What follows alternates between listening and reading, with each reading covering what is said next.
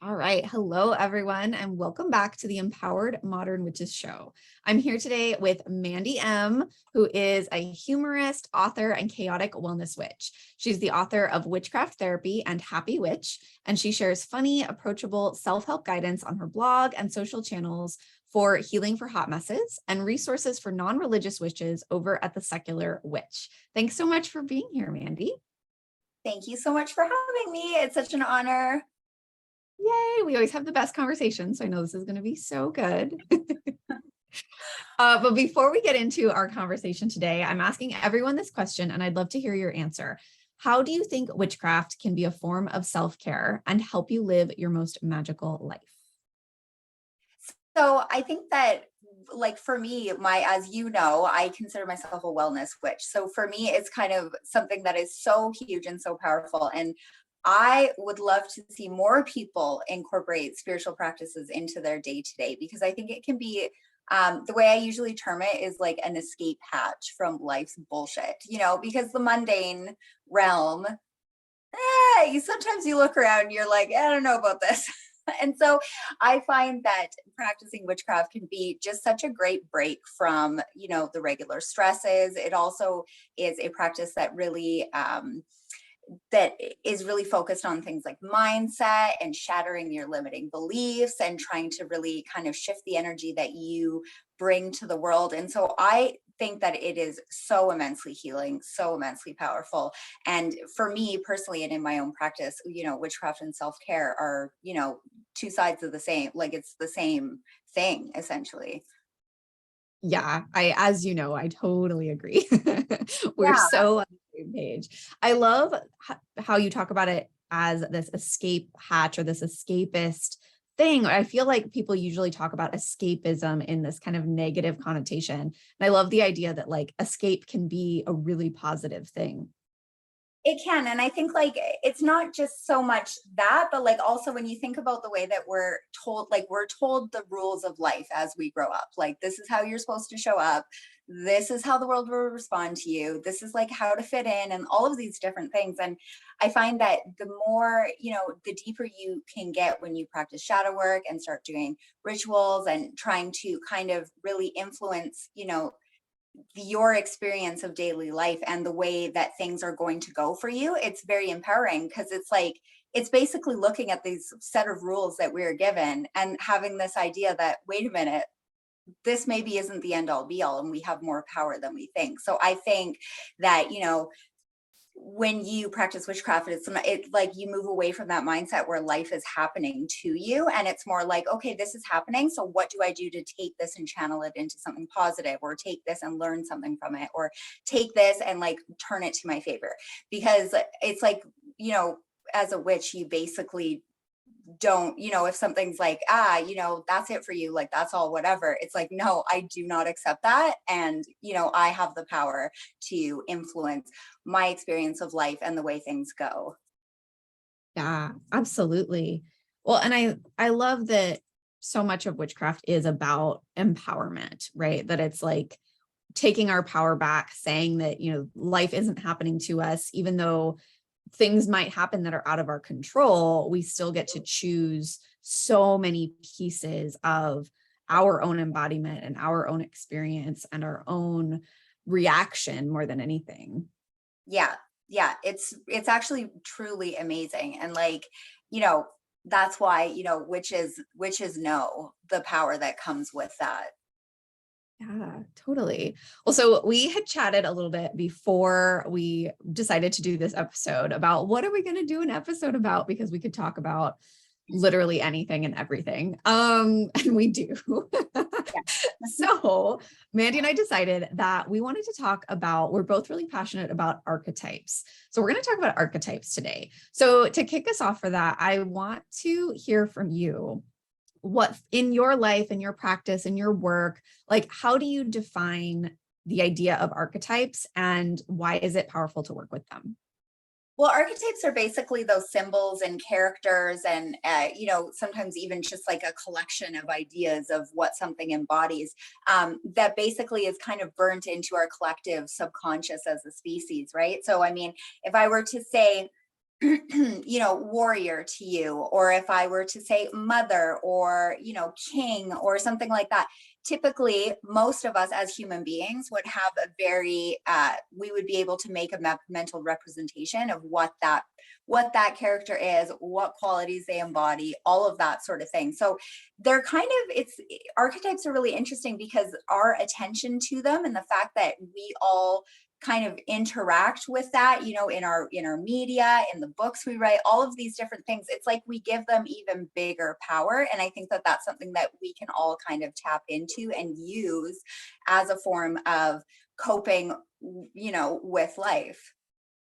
Yeah, totally. Well, and I think that's so true that we're constantly like feeding and fueling these archetypes in our lives, in our media, the way we interact with characters, the way we interact with other people, and kind of like, how we expect other people to be or to react to us, or how we react to them based on these archetypes that we kind of assign to them. How do you work with archetypes in your practice from a spiritual perspective?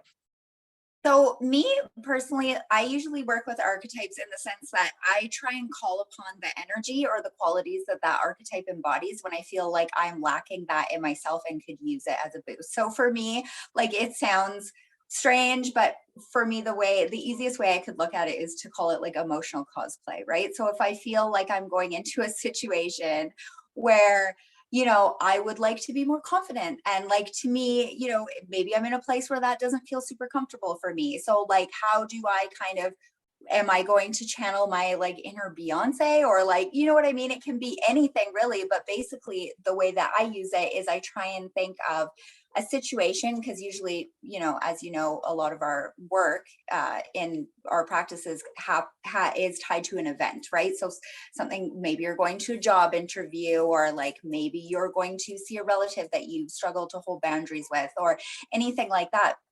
And so for me, basically trying to choose an archetype character that is like, the reason why they're so powerful is because we know them so well, right? So you can really get a good sense of how that person would handle the situation. If you had a drop of that essence, like, how would they walk into that situation? What's the energy they would bring? How would they feel about the interaction? What could they take from it in the future?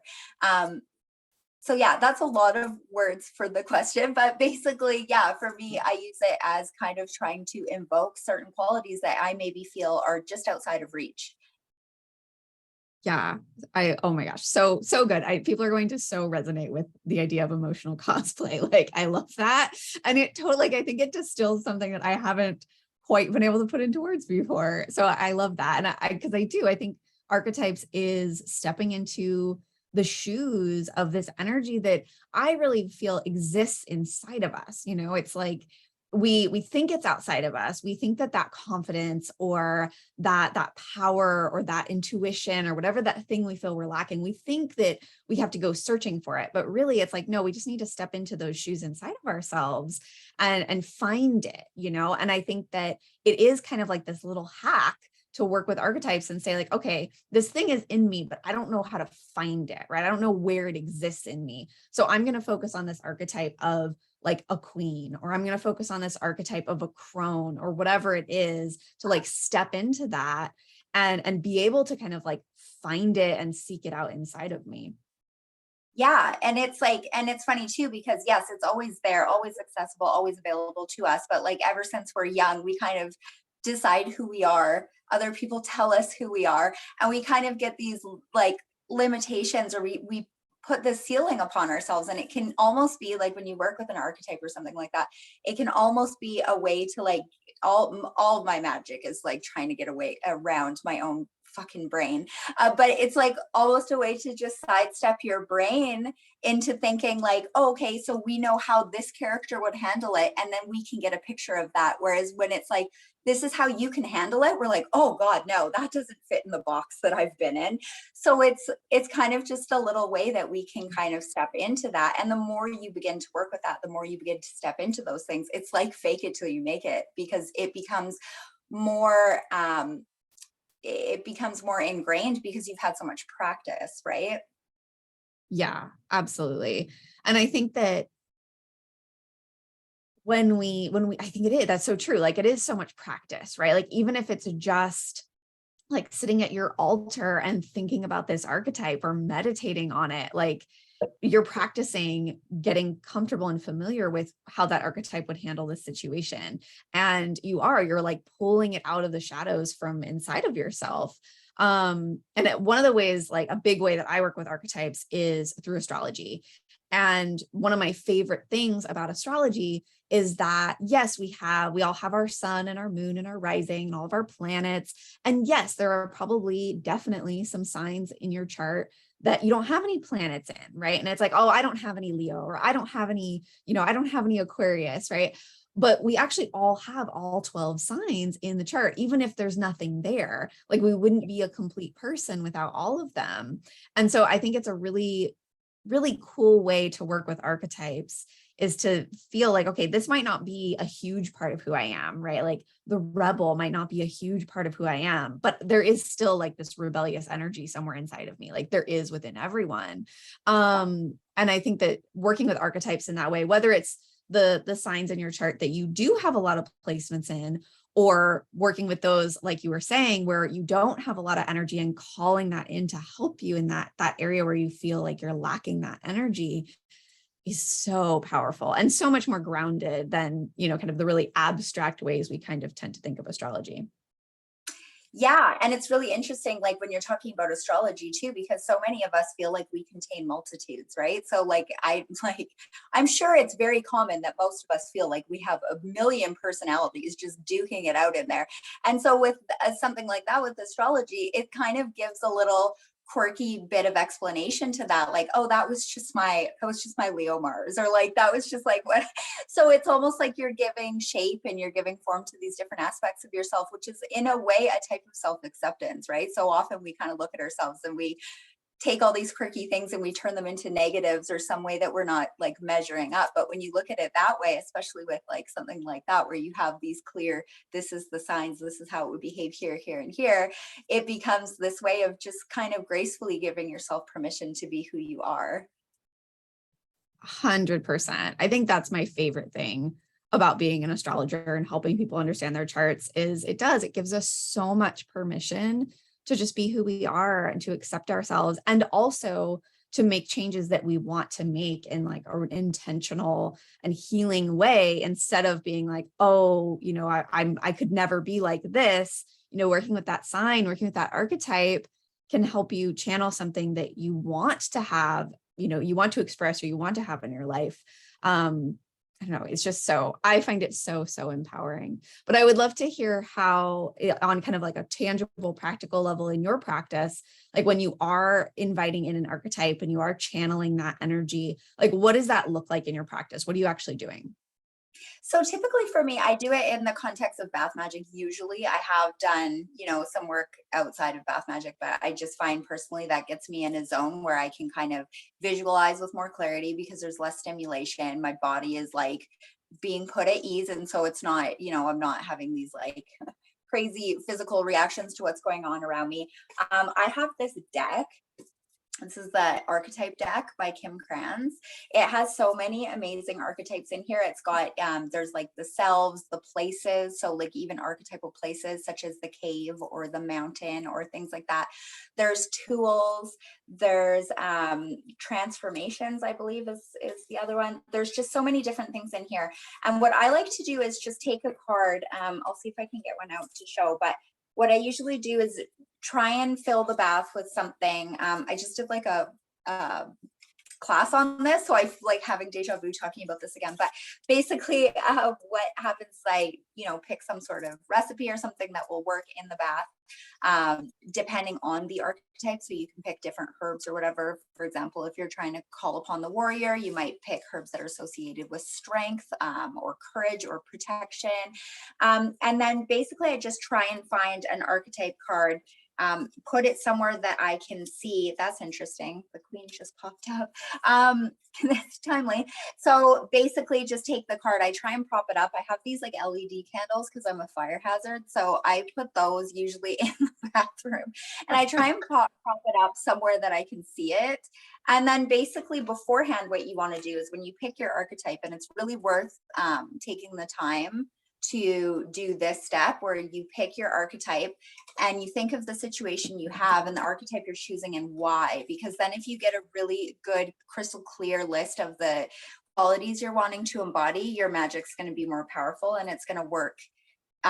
It has a better chance of working, because as you, like, you're like me, Tanae, right? So you do a lot of visualization in your magic. So with this, you would look at it and then you would kind of go on a little visualization journey where you're trying to meet that part of you within yourself with that crystal clear list of the qualities that they possess and why you want them. So for example, the situation, an example situation I gave earlier is like, say you're seeing a family member that's going to be hard for you to see and you struggle to hold boundaries. So you could, you know, visualize channeling an archetype for that. And you could imagine how would that character show up in this situation? Would they have fear about it? Would they have fear and be strong anyway? Like, you can get into a lot of different detail that can be super helpful.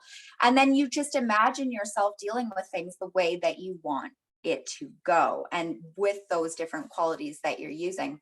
And that way it's a bit more comfortable. So like when in the class I just did where we talked about this, we talked a little bit about creative visualization, which for me is such a huge tool for any workings. And I know that you're the same, Tanae. And I posted in that class a screenshot of they did like a brain imaging study where they told participants about like a threat or a predator, and the similar regions of the brain were activated as if it was actually happening. So the clearer that you can get, the better things go. The more you visualize something happening the way that you want it to happen or whatever, the easier your body and your brain and all of it, your spirit, is going to be able to call on that more easily. I'm not saying it's going to be easy until you have practice, but that clarity piece is there, which means it's not just this, like for me, I'm like, oh God, I wish I would have had the confidence to deal with that or whatever. It's like, that doesn't mean anything. That's not telling us anything. That's not actionable. That's just pointing out something you feel like you're lacking. So I'm like, okay, so Mandi, like, what do we want? Like, how do we want to show up? How do we want that to impact us? How do we want to move forward? Oh my God. So good. So good. Yes. Yes. Yes. I need that deck. I'm getting that deck like when we get off. Is another one I just got. These are animal spirit cards, but I mean, if you think about animals as well, they also have like sets of qualities that we can easily identify. Same with, you can use, you can use tarot cards. If you're starting a new adventure, are you going to maybe use the Fool? Because that's another thing. I'm sorry, I've just like got passionate, so I'm just talking. No, please do. This is so good. People are gonna love it. I'm like, you got me on a roll. So another thing is, like, for example, we don't allow ourselves to go through these archetypal journeys and stories as well that happen. When you think about like a good movie or a good book, or like, the hero's journey or anything like that, we kind of allow those stories, and we love those stories to have these moments of darkness, or these moments where someone fucks up and they learn something, or these moments where we allow for the human flawed human to take place in these stories, to transform into something different. But when it comes to our own life and we fuck up, we're like, you piece of shit. So I think it's good also to like give ourselves permission that you can be the full story. You can be the downfalls and the high points and all of that different stuff. Like, that's all just fucking part of it. This idea that we're all like trying to strive for something, for it to go easy or to go perfect, like that was never on the table. Yeah, no, that's so true. I mean, not only are we always talk about like, we're so much harder on ourselves than we are on other people, right? Like the things we tell ourselves, we would never tell like our children or our partner or our best friend, right? But I think that you're so right. We're also harder on ourselves than we are on like fictional characters. Like, we allow characters in our favorite stories to be so much more flawed than we allow ourselves. Like that's really profound, honestly. Yeah, because you see, like sometimes, in a good like show, you're like, that's a good character arc. It's like, yeah. So you might feel like you're a dumpster fire right now, but let's just say you're just in the part of your character arc that maybe is not as pretty as the other ones. Exactly. No, and I love how archetypes do lend themselves so well to both tarot, to astrology, to these different systems, but also to fiction. Like there really is, I don't know, even though I'm, a primarily nonfiction writer and have been for a long time, like I think there's something really powerful about being able to step into story, and that storytelling and character development is really spiritual in its way. It is. And when you think about it, like how fucking cool is it that we all get to like be our own character to develop? Like that's actually kind of interesting. I remember I spent so many years of my life being so miserable about like who I was, or like feeling guilty, or like all of these different things. And that it's like, it feels so complicated, but really at the end of the day, it's not. It's like, if you then work on it, that's it. Like, and so, yeah, it's a very cool and important thing, I think. Totally. Okay, you mentioned a little bit about tarot archetypes. How does that show up for you? Like, I mean, I know I work with it in a really similar way as you described with the bath magic, and like choosing a card and, putting that on the candle or on the altar. But is there anything else specific to tarot that you want to unpack? Uh, Not really a ton with tarot. I really do love using like the energies of, say, like High Priestess to connect to your intuition. So for me, I like consider myself a skeptic witch, which is like, it seems so crazy, but it's not, I swear. But basically, I kind of have these limiting beliefs that I grew up with that make it so that everything I'm like, meh, really. And of course, Tanae, the astrologer in you know that I am a Virgo Sun, Capricorn Moon, and that's probably exactly why I am this way. Uh, she's like nodding. Yup. There was actually a meme about that. It was like skeptic about astrology, and it said like, of course you are, you Virgo Sun, Capricorn Moon bitch, or something like that. And I was like, oh, it's me. Like, that's a little bit but yeah. So I find like when it comes to things like that, embracing your inner mystic, or really, because I also consider myself very much a mystic, right? And so I think getting into those different states too, it can help to see these characters. And again, even movie characters and book characters can help with that. If you think of a character that kind of exists in this other plane, this other world, whatever, it can help you trying to imagine that, visualize that, really clarifying what those qualities are, can act as a portal for you energetically to get to where you want to be. Yeah, absolutely. Yeah. No, I think that, like you were saying earlier, anytime we can get a clearer picture of who we want to be, how we want to be showing up, where we want to be, like, which for you and me is visualization. For someone, it might be something not as visual. There's other ways to do that, but it's definitely visualization for me. And the clearer you can get, not on the how, right? Not on how you're going to get there. Like, and then that's where, like, with manifesting, we get ourselves totally off track because we get so obsessed with how it's going to happen and how it could be possible. But that's really not the point, right? Like, whether it's channeling an archetype or like manifesting a house, it doesn't matter. Like, it's really about getting clear on what you want, getting clear on how you're going to show up.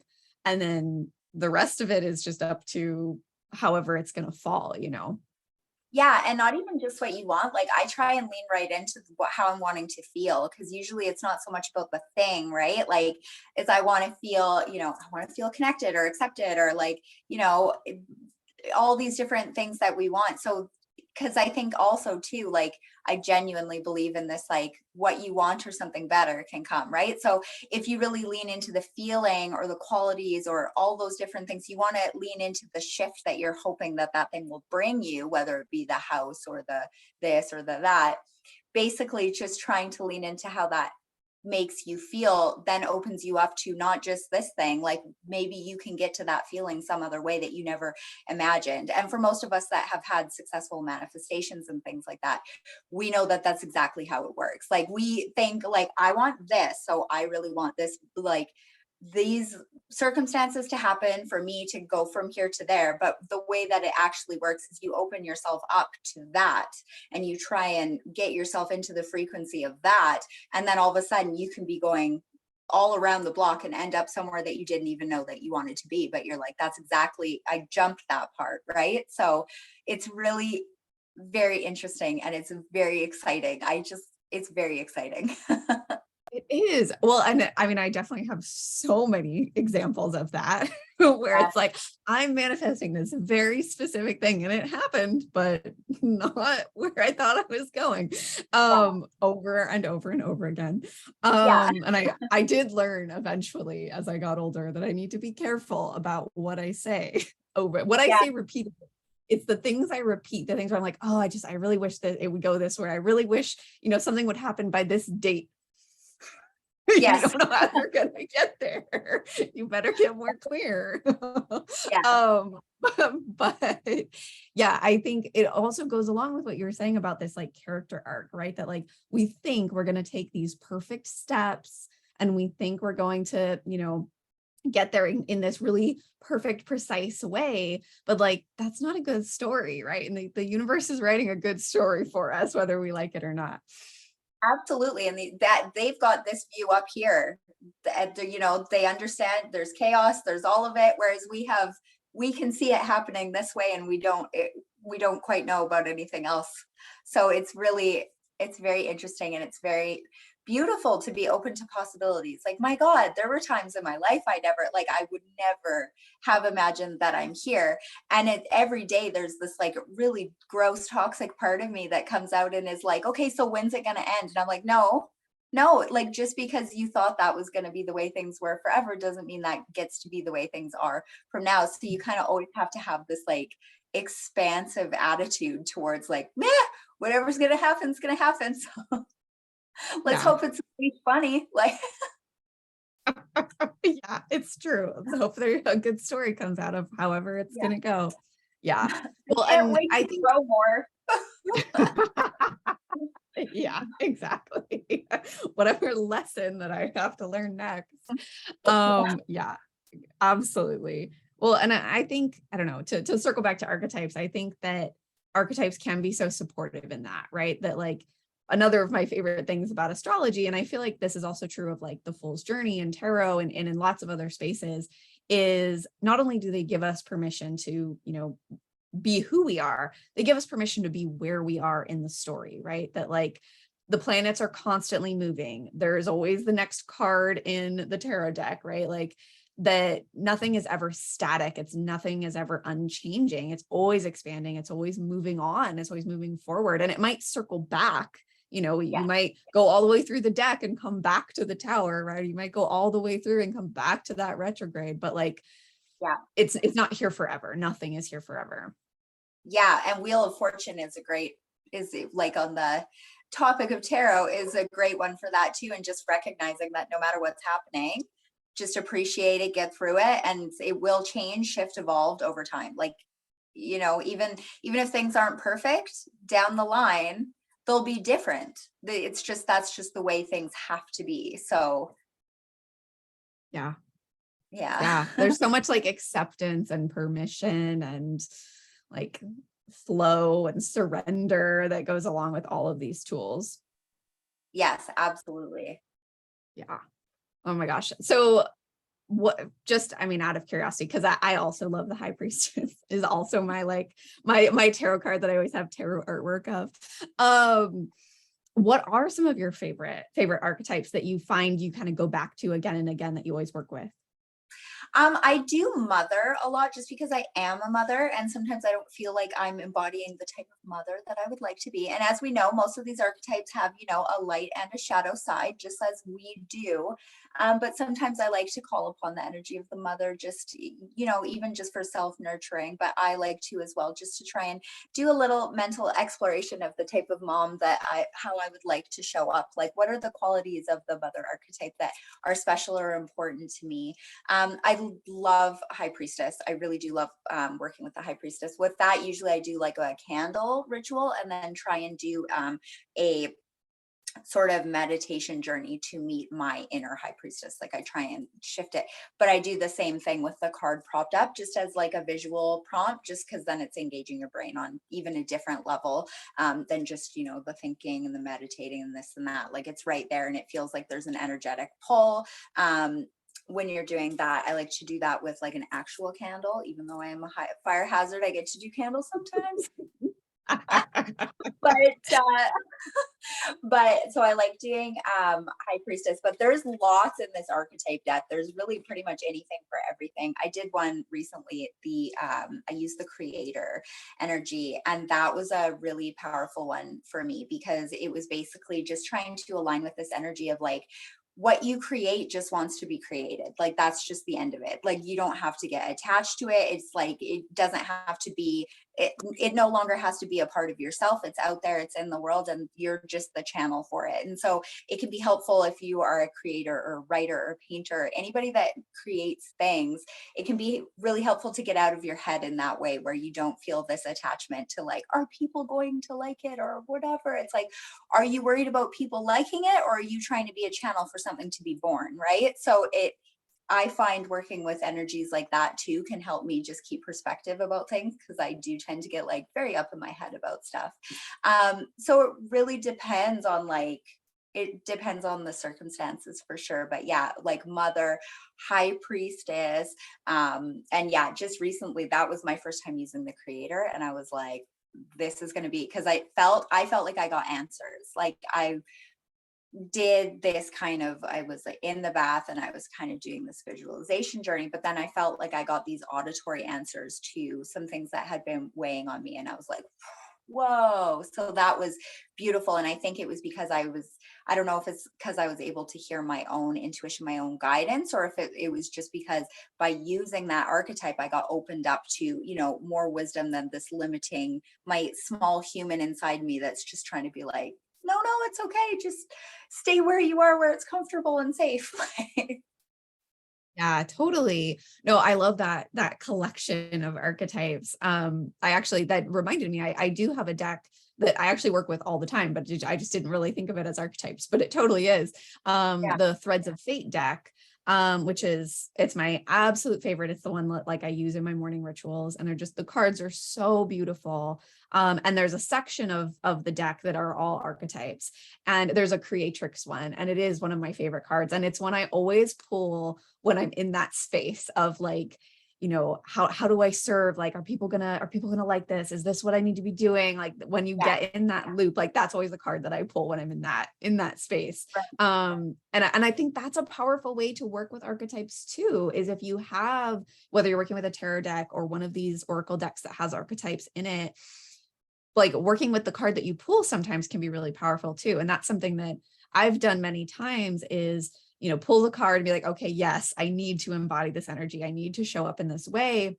And then like putting it on my altar, putting it on my desk so that I do see it. Like I'm a big fan of like the visual reminder.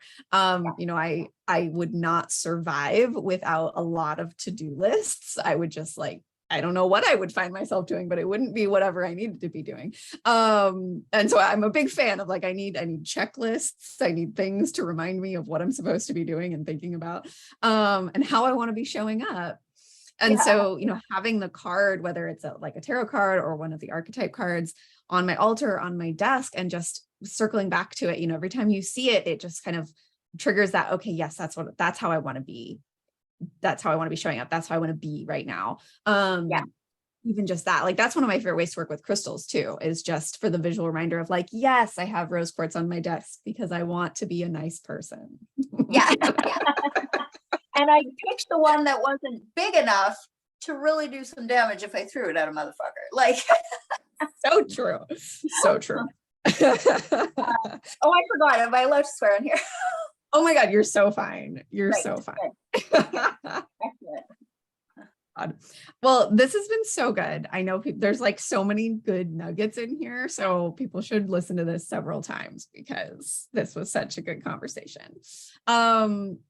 one thing that is very exciting is Mandi's going to be one of the speakers for our 3rd annual Empowered Modern Witches Summit this year, in just, well, when this comes out, in just a week. So you should absolutely get your free ticket. We'll link it up in the show notes. Tell us a little bit about what you're going to be presenting on, Mandi. So I'm going to be presenting on secular witchcraft. So I am a secular witch. I do not work with deities. I do not approach my practice as a religion. So I'm going to be talking a little bit about what that means. And, you know, it's not really a definable thing. So that'll be fun. And that I'm going to talk a little bit about the magical framework that I use. That's my approach to magic, which guides the books that I write. I've written 2 books, and guides the, you know, I have an online coven, just all the work that I do, and the rituals I create and the workshops I do, and all of that are guided by these principles. And I was going to talk about that in tandem with secular witchcraft, because I think, you know, I feel like there's a lot of witches out there that like exist in this gray area that feel like they maybe aren't witch enough to call themselves witch, or they don't feel like they're quite mundane enough to like not recognize their own spirituality. And I'm like, no, come in and huddle, like there's space for all of us. And so I think that it would just be really powerful if more witches kind of felt freer and felt more permission to kind of step into whatever their practice looks like for them, right? Because unfortunately there can be a lot of like conflicting noise and all of that, as there are in any other space, where people can kind of end up feeling like maybe they don't have the permission, or they're not, you know, valid enough. And it's like, I really just mainly want to talk about, you know, that it's different. It's different for everybody. It's so wholly unique. There's as many types of witches, you know, as there are people who practice magic. So it's, you know, everyone's got their spot at the table.